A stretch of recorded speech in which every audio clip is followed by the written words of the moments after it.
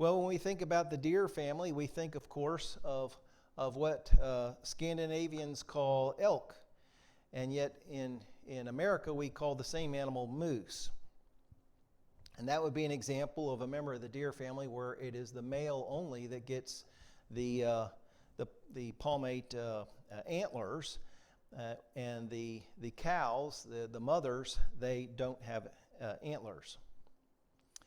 And then what we call elk in America is what in Europe is called red deer.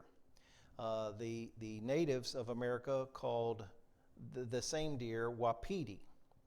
But that is another example of where the males alone grow the antlers that are shed each year and then regrown the next year. We also have white-tailed deer. But of course, caribou are the deer that are probably the most appreciated and famous for Scandinavia. And we think of these large herds of caribou, some of which are closely associated with people, and some of which are pretty much wild and in the forest or in other places.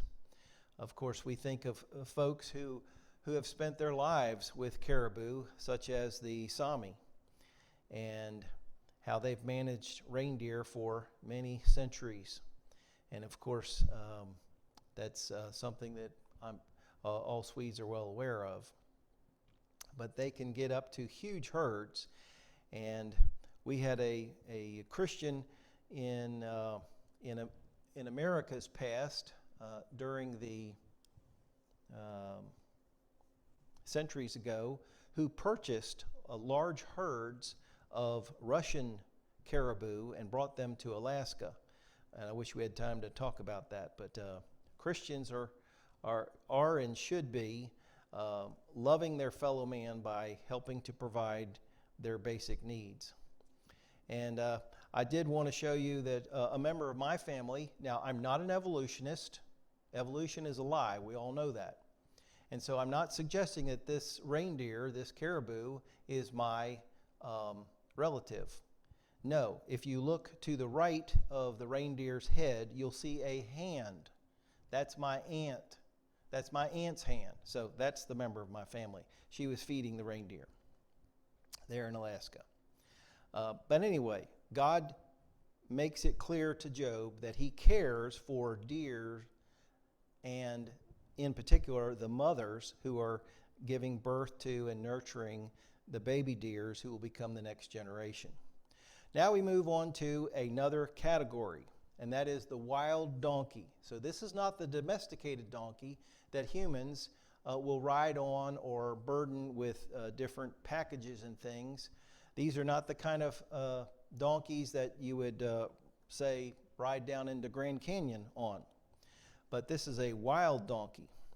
And they live in the wilderness, and there's nobody giving them food. There's nobody who's saying, this is your territory, or this is your doghouse. This is the little place where, this is your den, this is where you'll live. No, they're given a freedom by God, and they thrive with that. So God asks this question of Job. Who set the wild donkey free? Who loosed the bonds of the onager, whose home I have made the wilderness, and the barren land his dwelling? It scorns the tumult of the city. He does not heed the shouts of the driver. The range of the mountains is his pasture. He searches after every green thing. This is an animal that is resilient. This is an animal that toughs it out in a wilderness setting, and God has given this animal the ability to have that as its home. When we think of home, we typically think of a building. We think of a house, some kind of a building. Well, these animals, the wilderness itself is their home. And they live in places that are not all that hospitable from the perspective of what many other animals need. And they have quite a range. There was one special donkey mentioned in Scripture, Balaam's donkey, who was used by God to rebuke the false prophet. He was a prophet for profit, and he got in trouble and eventually was destroyed. But God gives the wild donkeys the range, the habitat that they need. And another animal that lives in the wild and has its own range, completely different kind of animal, is the rhinoceros. Now, many who read Job chapter 39, verses 9 through 12, don't recognize that this is talking about the rhinoceros. The Hebrew word is reim. The word reim was translated unicorn in the English Bible in 1611. And the word unicorn in centuries since that time has come to refer to a fantasy-based and imaginary creature, a horse-like creature with a big horn coming out of his forehead. But that's not what the word unicorn meant in 1611 when the Bible translators of the King James Bible were using the word unicorn. At that time, the word unicorn meant a one-horned rhinoceros. So, will the unicorn, will the reim, will the rhinoceros be willing to serve you? Will he bed by your manger? Can you bind the unicorn, that is the reim, the rhinoceros, in the furrow with ropes? Or will he plow the fields behind you? Will you trust him because his strength is great? Or will you leave your labor to him? Will you trust him to bring home your grain and gather it unto your threshing floor? You're not going to use a rhinoceros as a beast of burden. That is a wild animal, and it's going to stay a wild animal. And he's not going to plow your fields the way that cattle would. So there's a one-horned rhinoceros. Then there are other rhinoceroses that have two horns. This is the 1828 Noah Webster Dictionary, American Dictionary of the English Language. And you'll notice that the definition of unicorn given in that book from the early 1800s was an animal with one horn, the monoceros. This name is often applied to the rhinoceros. And so then there's a recognition in Noah Webster's dictionary that some rhinoceroses have one horn, some have two. The Indian one is the one that has one. In fact, it was Carl Linnaeus. There we have our Swedish taxonomist again. And in 1758, he identified the one-horned rhinoceros, and he gave it this binomial nomenclature, Rhinoceros unicornis. So there you have it. And there's a statue of Carl Linnaeus right there. On this particular rhinoceros, if you look on his backbone carefully, you'll see two birds. Those birds are standing there, and they'll peck off insects that are parasites. So the rhinoceros is probably happy to have them there. It gets a little relief. Kind of like cattle egrets. We see many of them in America, birds that they'll get on the backs of cattle and pick off the insects, or walk in the grass beside the cattle and get insects that are stirred up by the walking of the cattle through the grasses. Well, God has given the rhinoceroses fitted wild range and habitat. Of course, earlier in Earth history, during the Ice Age that immediately followed the global flood, there were rhinoceroses that lived in other parts of the world that are today so cold that they wouldn't live there. So we have a picture here of the woolly rhinoceros that is on display here at the Institute for Creation Research Discovery Center. And they had kind of an orangish colored hair based on one of the finds in the former Soviet Union. We move on to the ostrich. The ostrich is an example of our next category, and the wings of the ostrich are an interesting display of God's creativity. God is a multitasker, and he can use different things for the same purpose, or he can use the same thing for different purposes. If you think about it, what do you use your nose for? You smell things. but you also breathe with your nose. What do you use your ears for? You hear. You hear with your ears, but also inside your ears is where your balance is. What about your tongue? You can't talk without your tongue. You need your tongue for talking. But the tongue also moves food around from side to side so that you can grind it down and chew it up and swallow it. So you need your tongue for eating, but you also need it for talking. There are parts of our bodies that God has given multiple functions to. God's very creative. Well, what about wings? When you think of birds, all birds have wings. Most birds use their wings for flying, like the seagulls that we saw in the previous picture of Stockholm Harbor. But also, wings can be used for help in directional change. And the ostrich is a bird that runs very fast. But when it needs to make a turn, it can use its wings like rudders to interact with the air that it's interfacing with, so that the move doesn't knock the bird off balance. So the wings of the ostrich wave proudly, but are her wings and pinions like the kindly storks? You think of the stork with those huge wings that are used for flying. And the answer is no. For she, that is the ostrich, leaves her eggs on the ground and warms them in the dust. She forgets that a foot might crush them, or that a wild beast might break them. She treats her young harshly as though they're not hers. Her labor is in vain, careless, because God deprived her of wisdom and did not endow her with understanding. When she lifts herself up, she scorns the horse and its rider. Ostriches can run 70 kilometers per hour. I would not want to be in a race with an ostrich, because I'm afraid I would be the loser. And there was a time when ostriches were even bigger. Now, this is not a true photograph. This is a Photoshop photograph of what it would look like if a giant ostrich was running after a human that is a man. But in the Crimea, they found the remains of an extinct giant ostrich that was about 3.5 meters tall. So in America, we'd say that was 11.5 feet tall. That is a huge bird. And if he was chasing you, now if ordinary ostriches can go 70 kilometers per hour, how fast would a giant ostrich be able to run with the longer legs?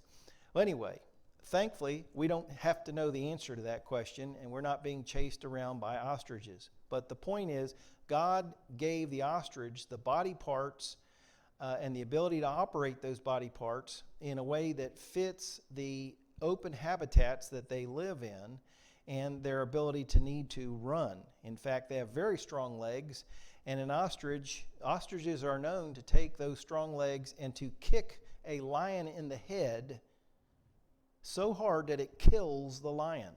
So I don't want to be kicked in the head by an ostrich. Anyway, God gave them what they need. Another animal that is very strong and bold and can run without fear is the horse. Horse is completely different from an ostrich. Ostrich is a bird, horse is a mammal. Have you given the horse strength? Have you clothed his neck with thunder? Can you frighten him like a locust? We'll come back to locusts on another time. His majestic snorting strikes terror. He paws in the valley and rejoices in strength. He gallops into the clash of arms. He mocks at fear and is not frightened, nor does he turn back from the sword. The quiver rattles against him, the glittering spear and javelin. He devours the distance with fierceness and rage, nor does he come to a halt because the trumpet sounded. At the trumpet he says, "Aha!" He smells the battle from afar, the thunder of captains and shouting. Horses are not afraid. They will run, they will charge, they will go into a very chaotic battle. And they've been doing that for centuries. Even up to World War II, horses were often used in battle by armies of both sides. In America, we had the Civil War, and the cavalry, those who rode horses, were a major part of how all of those battles took place. Or we could go back farther in time and we could think of the invasion of England, the last successful invasion of England in 1066. In October of 1066, when Norman the Conqueror came over from Normandy and conquered the Saxon king of England. And of course, the Normans were themselves descended from Scandinavians. We all know that. But battle horses make history. And that would include the Battle of Hastings in October of 1066. And that would include many other battles. Horses were used in Bible times, in the New Testament, to provide transportation for warriors. And in the book of Acts, we see on one occasion that the Romans provided 70 horsemen, as well as other soldiers, to protect the Apostle Paul when he was transported from one place to another. We also see in the Old Testament, in 2 Kings chapter 9, that horses trampled on wicked Queen Jezebel, and that was a part of how she ended up dying, was being trampled to death and then eaten by dogs. And then, of course, perhaps some of you enjoy the music of the band Leviticus. That you'll notice that the album cover there shows a horseman carrying a Swedish flag. Well, God provides for horses bold mobility on land in many places, and so we can appreciate that. There's a picture of my wife and myself by a dollar horse there. Well, the locusts were mentioned briefly in verse 20, but we're going to talk more about them in a later lecture, so I'm just going to mention that we will cover that later. And we will appreciate how God has empowered them for the kind of fleeing and flight that they're capable of. Can you imagine jumping 20 times the length of your own body? That would be quite a jump. But we move on to the hawk. And the hawk, does the hawk fly by your wisdom and spread its wings toward the south? Well, hawks take advantage of rising thermal air currents. The hawk has a heavy body. So if the hawk wants to get up in the air without spending a whole lot of energy flapping, the hawk can start at a place, say on a rock that is a little bit elevated, and wait for the morning sun to heat up the land below. And then as the air that is heated up rises, the hawk can jump onto that rising thermal air current as if he was getting on an elevator, and can get up in the air that way without using a lot of energy flapping. So does the hawk fly by your wisdom and spread its wings toward the south? Why toward the south? Well, in the Holy Land, in the area of Israel and other parts nearby where Job would be familiar with, the hot, dry air comes from the south. And so that would be the warm air current that the hawk would need to get up in the air. So God is providing power for the hawk to move in the air. The Lord Jesus said, when you see the south wind blow, you say, there will be heat, and it will come to pass. Because the south wind in the land of Israel was the one that would be hot and dry. And that's a dependable pattern of that climate. The eagle likewise uses the air and heights to move its heavy body to get up in the air and then just soar on the air current so it doesn't use up a lot of energy flapping. Does the eagle mount up at your command and make its nest on high? Having a high nest is very convenient because you can just jump out from your nest onto the rising air currents and get the benefit of them. So eagles, there are different varieties of eagles around the world, but God is the one who's providing power for their mobility and flight. So as we're about to wrap this up, God is showing himself as caring and faithful and very creative and very intelligent in how he has given animals what they need. So God asks the question, is it from your wisdom? And that would apply to all these different animals that do what they do successfully. They're able to survive. They're able to thrive even in a fallen world with the effect of the curse of sin and death on them.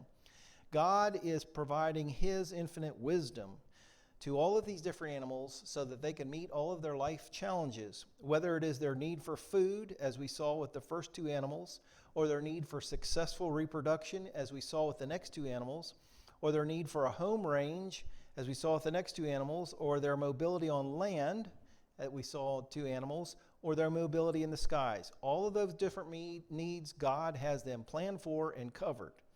And if we had time, which we don't, we could go into chapter 40 and think about Behemoth, or 41 and think about Leviathan. But we'll conclude by recognizing that God made and cares for his animals, and that we should be amazed when we see how he has designed them, their physical traits, their behavioral traits, and how they fill different habitats around the world, which is God's intention.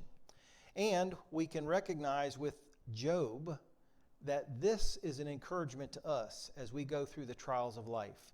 As Peter said in 1 Peter 4:19, therefore let those suffering in accordance with God's will, that would certainly fit Job, entrust themselves to a faithful Creator while continuing to do good. Well, we can appreciate God's nature, and in the process better appreciate him. Thank you for listening.